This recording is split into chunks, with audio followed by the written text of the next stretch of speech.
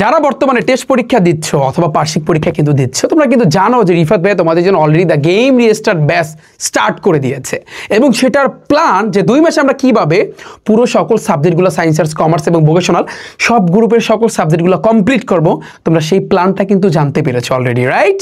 এবং তুমি যদি ভুল না করো তাহলে আমি বলবো তোমাকে, যদি তুমি তোমার বোর্ডে টপ করতে চাও তাহলে বলবো আমাদের এই ব্যাচটা এবার হবে সেরা, তোমার জন্য সেরা ব্যাচ হবে। বিকজ তোমরা কিন্তু জানো আমাদের পুরো প্ল্যানটা যে আসলে কিভাবে আমরা কমপ্লিট করব, কিভাবে আগাবো, কিভাবে আমরা এক্সাম দিব, এ টু জেড ভাইয়া সব কিছু। তোমার কাজ আমি তোমাকে বলছি জাস্ট ডেইলি ভাইয়া তুমি 6টা ঘন্টা পড়াশোনা করবা। কয় ঘন্টা ভাইয়া? 6 ঘন্টা, এর বাড়তি পড়ালেখা লাগবে না। তোমার স্কুলের প্রাইভেট চলবে, তোমার স্কুলের কোচিং চলবে, তুমি ভাইয়া সব কিছুই কিন্তু চালাইতে পারবা। বাট এই চালানোর পাশাপাশি যদি তুমি এই গেমটাকে ঠিকঠাকভাবে ভাইয়া যদি খেলতে পারো তাহলে কিন্তু মারাত্মক লেভেলের এইবার রেজাল্টটা হবে।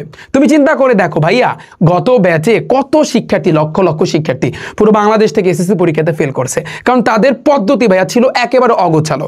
আমি এটা টিচারদের দোষ দিব না, বাট তারপরও কিন্তু বলতে হয় যে বাংলাদেশে কিন্তু টিচারদের অভাব নাই, অভাব আছে, কিন্তু তারা পারফেক্টলি কোনো শিক্ষার্থীকে ঠিকভাবে পড়াচ্ছে না।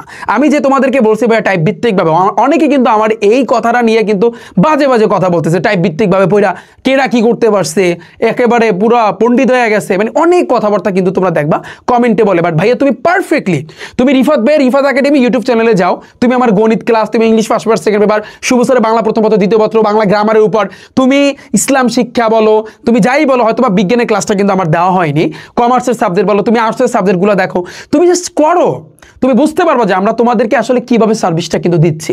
তুমি এইভাবে ভাইয়া আগাও এবং তোমাকে যে 2টা মাসে তুমি কিভাবে কমপ্লিট করবা যে প্ল্যানটা ভাইয়া তোমাদের সাথে কিন্তু শেয়ার করছি।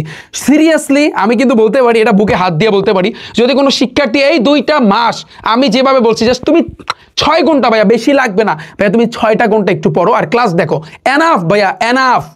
তোমাকে আমি ওপেন চ্যালেঞ্জ দিচ্ছি ভাইয়া, তুমি যদি গোল্ডেন এ প্লাস না পাও তখন তুমি রিফাত ভাইকে জামুন সাহেব হইলো যাও। যদি তুমি পারফেক্টলি এই 2টা মাস ঠিকঠাকভাবে টাইম দিতে পারো, তোমাদের হয়তো বা অনেকের এখন বর্তমানে টেস্ট পরীক্ষা চলতেছে, অনেকের কিন্তু অলরেডি প্রায় শেষ। আমি অনুরোধ রাখবো এবং যারা অলরেডি ভর্তি হয়েছে ভাইয়া, তোমাদের নিয়ে কিন্তু এইবার রিফাত ভাইয়া সেই রকমের একটা খেলা খেলবে যা তোমরা দেখতে পারবা যে প্রত্যেকটা স্টেপে, প্রত্যেকটা ধাপে ধাপে যে রিফাত ভাইয়া প্রত্যেকটা সাবজেক্টগুলা কিভাবে তোমাদেরকে কাভার করে দিচ্ছে।